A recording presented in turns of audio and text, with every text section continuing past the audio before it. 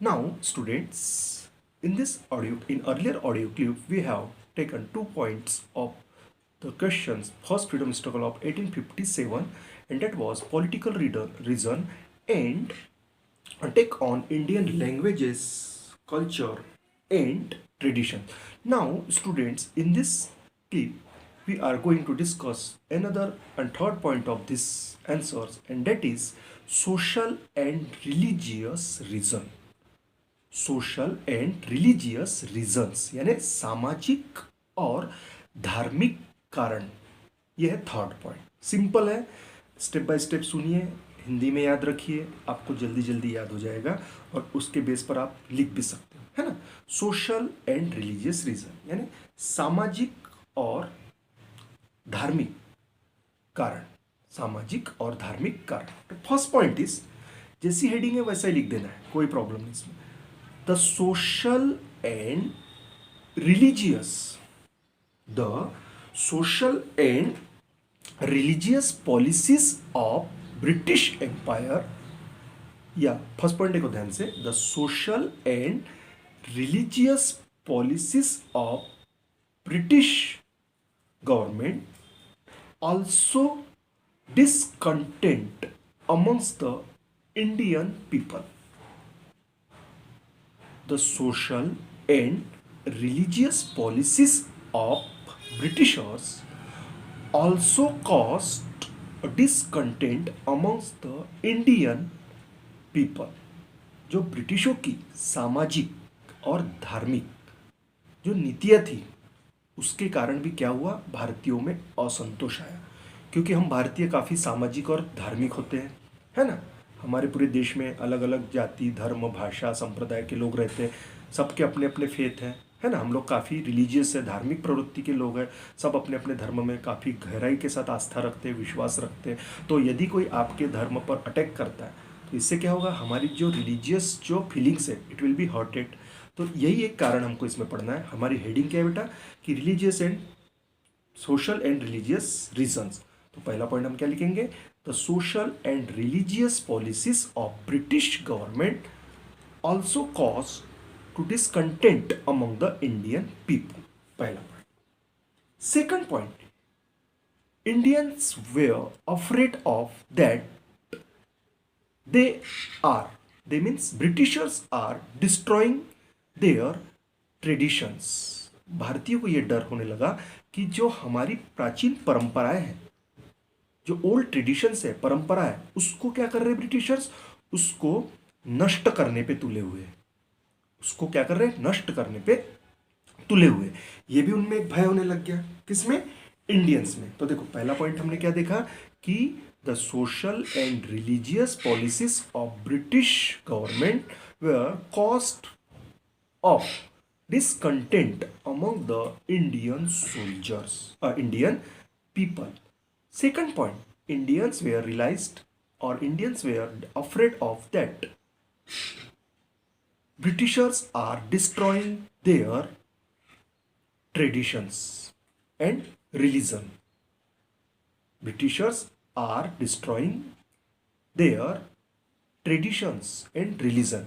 यानी भारत जो ब्रिटिशर्स है वो हमारे भारतीयों की जो परंपराएं हैं और जो धर्म है उसको नष्ट करना चाहते हैं। Third point, at that time another British officer Lord Major Edwardes at that time Major Edwardes, a British officers published a statement that the main motive of British Empire is to make India a Christian countries। Britishers क्या थे, Christians थे पूरे। तो major एडवर्डन ने इस समय एक ऐसा स्टेटमेंट या बयान दे दिया कि जो भारतीय जो ब्रिटिश एम्पायर है, जो ब्रिटिश एम्पायर है, उन ब्रिटिश एम्पायर ने माने जो ब्रिटिश साम्राज्य है उनका मेन जो एम है क्या है कि जो भारत है उसको कौन सी कंट्री बनाना, पूरा क्रिश्चियन कंट्री बनाना। यानी भारत में जो विभिन्न धर्मों के लोग रहते हैं, हिंदू, मुस्लिम, सिख, ईसाई, सारे लोग थे। तो अब इनका ओवरऑल मोटिव था कि पूरे इंडिया को क्या करना है, इंडिया को पूरा क्रिश्चियन सिटी बनाना है, यहां पर सिर्फ एक ही धर्म होगा, कौन सा, क्रिश्चियन धर्म। तो एक ये जो स्टेटमेंट आया थर्ड पॉइंट में कि Lord Edwardes published a statement that the main aim of British government is to make India completely Christian city, Christian country. ये एक थर्ड पॉइंट हो गया। फिर उसके बाद हम फोर्थ पॉइंट पे मूव करते हैं, इसी का, किसका, social and religious reason, social and religious reason का। इसमें फोर्थ पॉइंट है कि at that time company governments made many laws and policies to eradicate the social evils prevailing in the Indian society. You have, students, you have already learned in the 8th class social and religious reforms. Remember that social and religious reforms क्या था कि उस समय राजा राम मोहन राय, इन्होंने सती प्रथा को समाप्त करने के लिए बहुत महत्वपूर्ण कार्य किया और उन्होंने ब्रिटिशर्स के साथ मिलकर कुछ ऐसे कानून बनाए जिससे इस तरह की जो social evils which was prevalenting in the Indian society, इसको दूर किया। तो ये तो एक अच्छी बात थी कि अनटचेबिलिटी है ना, फिर आपका इलिटरेसी, सती सिस्टम, विडो जो रीमैरिज नहीं कर पाते थे वो, एक ऐसी कई सारी ये थी सोशल एविल्स थी which was prevalented in the Indian society. तो इसको क्या किए, इसको हटाने के लिए ब्रिटिश गवर्नमेंट ने क्या किए, बहुत सारे कानून बनाए। तो उससे क्या हुआ कि लोगों को ये लगा कि उनकी रिलीजियस जो फीलिंग्स थी वो क्या हुई, थोड़ी हर्टेड हुई। बाकी ये ठीक था, ये जो इस तरह की जो प्रथाएं थी वो कुप्रथाएं बोलना चाहिए, कुप्रथाएं थी, है ना। तो इसको हटाने के लिए ये सही था। पर क्या है, हम लोग जो इंडियंस थे वो काफ़ी रिलीजियस थे, धार्मिक थे, सामाजिक थे। तो ये हमको क्या है, थोड़ा बुरा लगा कि हमारे इसके लिए अटैक कर रहे हैं, किस पे, हमारे रिलीजन पे, धर्म पे। तो फोर्थ पॉइंट है कि Britishers made several laws, many laws and policies to eradicate the social evils prevalented in the Indian society. तो ये था फोर्थ पॉइंट। तो उसके बाद क्या हुआ, इंडियंस को रियलाइज हुआ कि they are interfering in our social life, हमारे सामाजिक जीवन में क्या कर रहे हैं ये लोग, इंटरफियर कर रहे हैं, हस्तक्षेप कर रहे हैं। तो इससे भी उनको क्या हुआ, एक डिसकंटेंट आया। तो इससे भी उनको क्या आया, डिसकंटेंट एक आया। तो ऐसे ये कुछ 4 पॉइंट है बेटा इसमें, सोशल एंड रिलीजियस रीजन में, जो हमने इसमें पढ़े। तो इसमें कैसे लिखना है, पहला पॉइंट लिखना है कि social and religious policies of British government also cause to discontent among the Indian people. Second point है कि Indian were afraids that Britishers are destroying their traditions and religions. भारतीय इस बात से घबराए हुए थे कि ब्रिटिशर्स जो है वे भारत, हमारे देश की जो हमारी परंपराएं है, जो धर्म है, उसको नष्ट करने पे तुले। Third point, Lord Edwardes published a statement that the main motive of or the main aim of British government is to make Indian Christian city, Christian country। ये थर्ड पॉइंट हो गया कि पूरे भारत को क्या बनाना है, क्रिश्चियन कंट्री बनाना है, पूरे भारत में एक ही धर्म होगा और वो क्या होगा, Christian.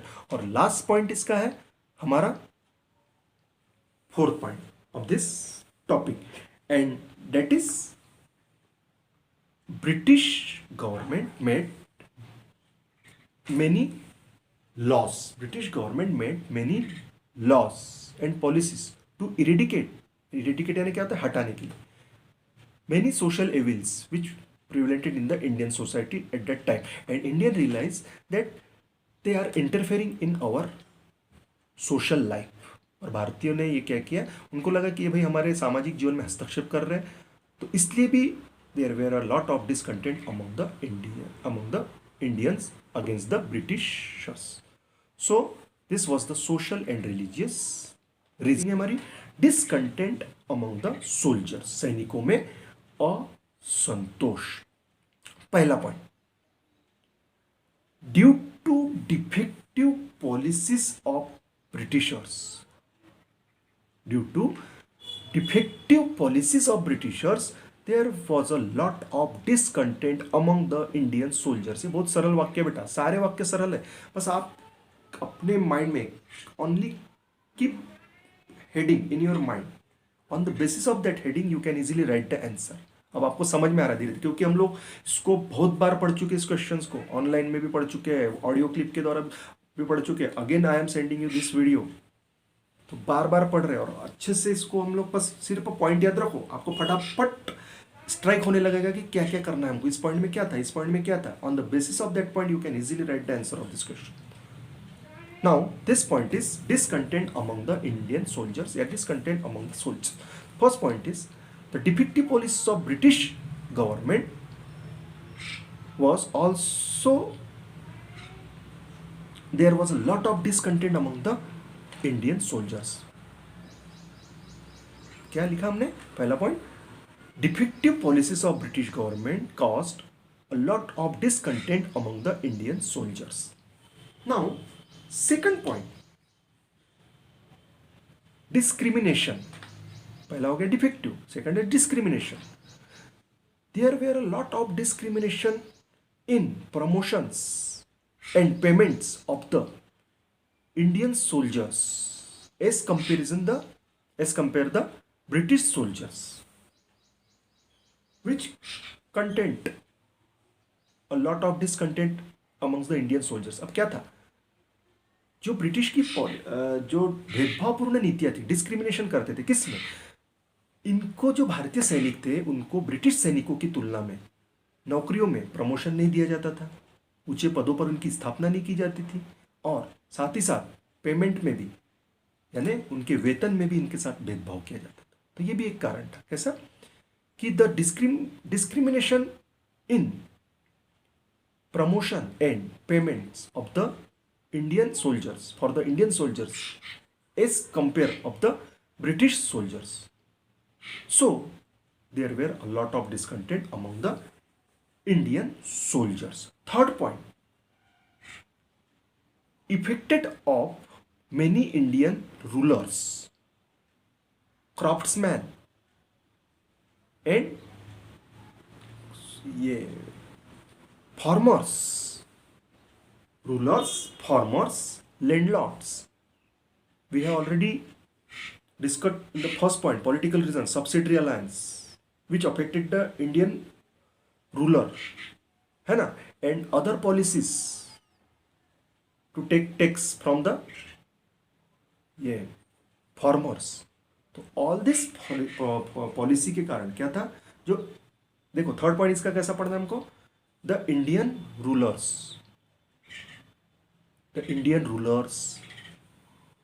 Farmers, craftsman and landlords were also affected by the British policies, and this also affected the Indian soldiers, क्योंकि ये सब थे, हम भारतीय सोल्जर्स थे, और पूरे भारतीय थे, जो राजा थे, जो किसान थे, जमींदार, क्राफ्ट्समैन, दस्तकार, ये सब किससे अफेक्टेड हो रहे थे, ब्रिटिश की पॉलिसी से। तो ये अफेक्टेड हो रहे थे, तो भारतीय सैनिकों भी इससे अफेक्ट हुए कि देखो हमारे भाई बंधु भी क्या हो रहे हैं, परेशान हो रहे हैं। तो इससे भी इंडियन सोल्जर्स में क्या आया, डिसकंटेंट आया। और लास्ट पॉइंट है हमारा इसमें कि Britisher strictly restricted to apply the tilak on forehead,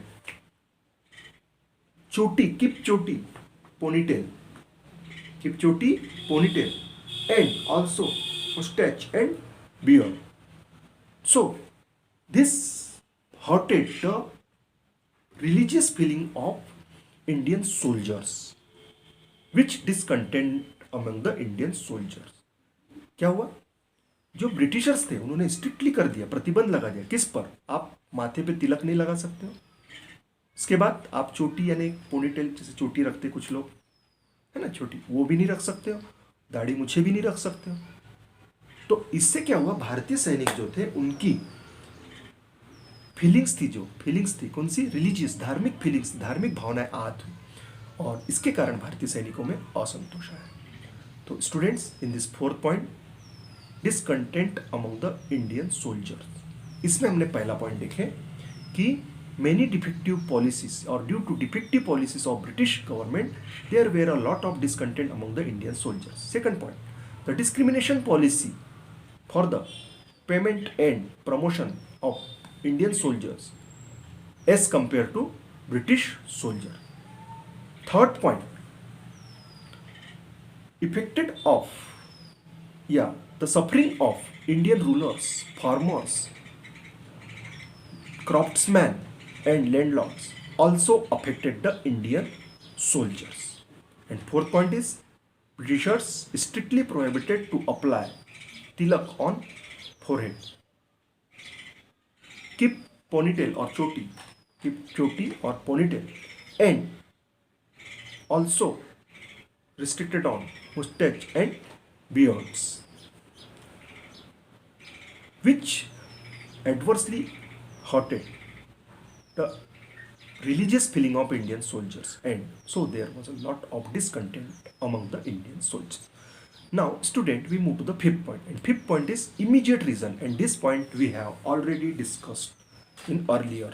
What were the causes of, what was the immediate reason of first freedom struggle, or what was the immediate cause of first freedom struggle. So there is no need to explain again this point. This was the very important point and already we have discussed. Again I tell you, on 29th March, immediate reason, on 29th March 1857, a soldier named Mangal Pandey refused to use loaded cartridge, and in anger he shot a British officer. He was arrested and executed on 8th April 1857. So there was a lot of discontent among the Indian soldiers, and this was the immediate reason of first freedom struggle of 1857. Now students, this questions completes here. In this question's answer, I explain the first point, immediate political reason, attack on political reason में भी हमने 4 सब point देखे, subsidiary alliance, doctrine of lapse, and उसके बाद disrespect और insult of British, insult of Mughal empire and defective policies, and उसके बाद हमने देखे attack on Indian language, culture and tradition. इसमें भी हमने पूरे पॉइंट सिस्टमेटिक देखे पढ़े, है ना। क्या कि उसमें मेन लॉर्ड एडवर्डन की जो स्टेटमेंट था उसमें, लॉर्ड मैकेले जो था उसने ये किया, जो पॉलिसीज लाया, ब्रिटिश कल्चर लाया, ब्रिटिश इंग्लिश लैंग्वेज को उसने इंट्रोड्यूस किया, साइंटिफिक लर्निंग लाया, वो ठीक था। उसके बाद हमने थर्ड पॉइंट में पढ़े सोशल एंड रिलीजियस रीजन, उसमें भी हमने देखे सोशल और रिलीजियस फीलिंग कैसी हर्टेड हुई। उसमें लॉर्ड एडवर्डन, माउंटेन एडवर्डन का उसमें स्टेटमेंट देखे थे कि complete make India completely Christian country. उसके बाद थर्ड पॉइंट में देखे, फोर्थ पॉइंट में हमने देखे डिसकंटेंट अमंग द सोल्जर्स, और fifth point discontent among the soldiers भी पढ़े, और फिफ्थ पॉइंट में इमीडिएट रीजन। तो ये थे इसका पूरा answer. Students, again watch, again listen all this point step by step and keep all the points in Hindi, and only keep heading of this answers in your mind. On the basis of these headings you can easily write the answer of these questions. Okay, now student, I hope this video will help you to learn this answer of these questions. अब आपको एक बार इसको याद करने के लिए जरूरत नहीं पड़ेगी, and you can easily write the answer of these questions. Okay, now we shall meet in next class. Till then, goodbye.